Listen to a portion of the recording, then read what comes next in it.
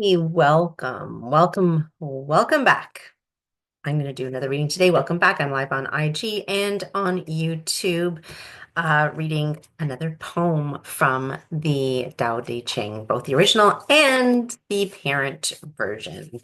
Let's dive in right away today. Okay, chapter 31. And again, I don't read these prior.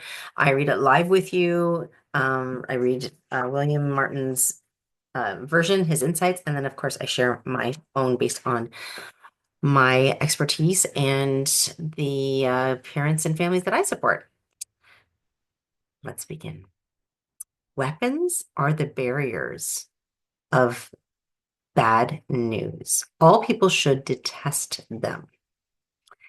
The wise man values the left side, and in times of war, he values rights. Weapons are destined for destruction, so the wise man avoids them. Only as a last sort, a wise person will use a deadly weapon. If peace is your real goal, how can you rejoice in the victory of the war? Those who rejoice in victory delight in the slaughter of humanity. It's a bit heavy, this one. Those who resort to violence will never bring peace to the world. It's true. The left side is a place of honor on happy occasions. The right side is reserved for mourning at a funeral. When lieutenants take the left side to prepare for war, the general should be on the right side because he knows that the result will be death.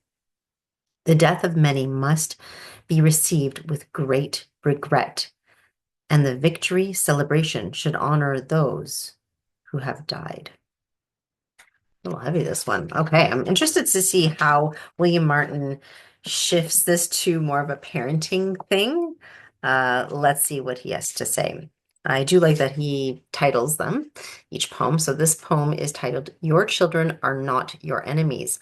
Ooh, your children are not your enemies. You need not fear them. Differences with them are not battles that you must win or lose. If you lock yourself into seeming warfare, all perspectives become lost. Terrible and hurtful things are said. The whole family suffers, and the wounds are slow to heal. Win and lose are words a family does not need. Okay, lots to say about this, but let's read his insights first, and then I'll share a little bit more. You do not have to battle for your authority. Authority is something you have within yourself. If your children do not see it, that is a sorrow, but you cannot force their seeing.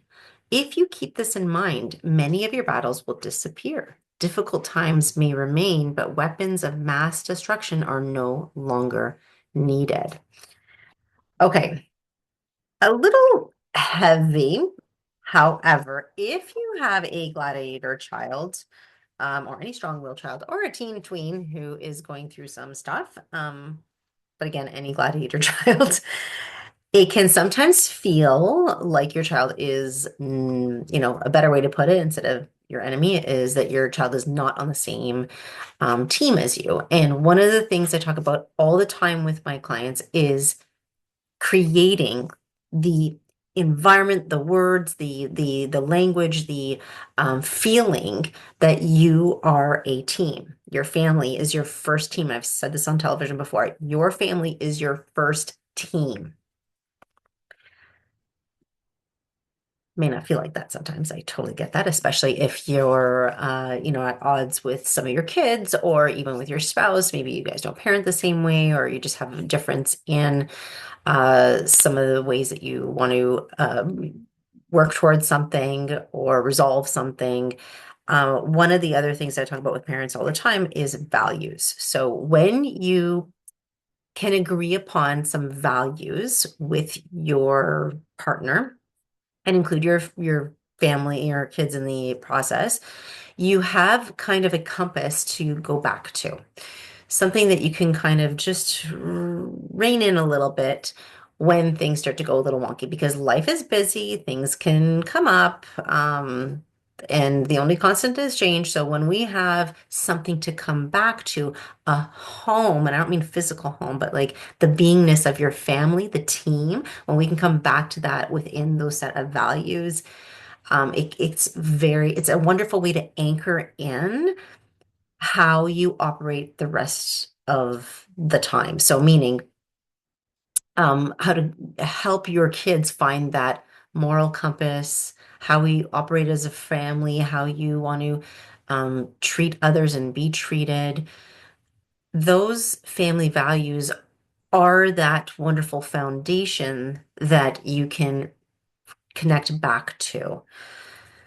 So, when we do, this is tricky because, being an authority figure is an interesting concept and very much part of what parenting was in the past. And although we still embody authority, it's in a very different way. So it really is from an energetic way, a way that you carry yourself, the way you model things, and show up. That is how you can really establish authority and regulating yourself. The brain wants to have safety and security. The brain body wants to have safety and security, especially kids who are looking for that attachment with us. They need to see that safety and security. And that often comes in the form of emotional regulation. So being regulated yourself. And then, of course, having, again, I don't like to say rules necessarily, but the family values that you guys come back to and coming back to those family values and practicing them yourself. That is one of the best ways to establish your authority, and guide your kids. And of course, create the type of family life that you want to create. So, um, this was a big one. Um, but, but truthfully, if you have that set of values and you co-create it with your partner. And if you have no idea how to do that, book a free call with me because I work with clients all the time on establishing family values that are an anchoring point for your family members to reach back into. Because again, life can be very chaotic, busy, and especially this day and age where there's a lot of uncertainty and a lot of concern and worry. It's good to have something that you belong to that lands really well with you. And that is your team, AKA your family, and your family values, AKA your morals and beliefs, things that really matter in this world for you and your children. So, again, if you have none of those things, please connect with me. I'm happy to help you get started. Hope you have a great day, and we will talk soon. Bye for now.